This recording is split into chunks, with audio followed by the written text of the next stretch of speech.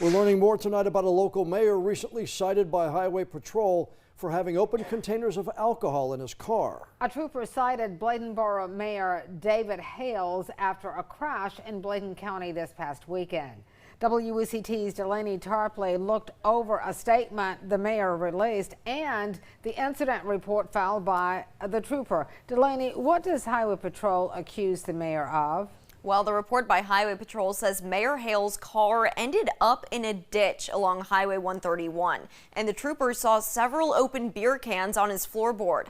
The state trooper claims in the citation that Hales had been drinking, and there was a strong smell of alcohol in the car. Hales was also cited for having an expired license plate. Now, today we received a statement from Hales' lawyer that paints a pretty different picture. It says, quote, Mayor Hales was involved in a single vehicle accident on his way to delivering dinner to the annual Bladenboro Fire Department Appreciation Dinner.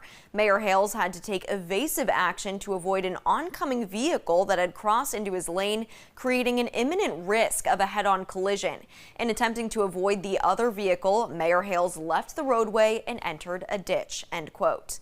But in the incident report filed by the trooper, which you're seeing right now, it paints a slightly different picture from that. There's no mention of a vehicle coming towards Mayor Hale's car. Instead, the report mentions a car coming up behind the mayor's car with lights flashing. It says the mayor's car then ran off the road into a ditch, and the other car, called the non-contact vehicle, then left the scene.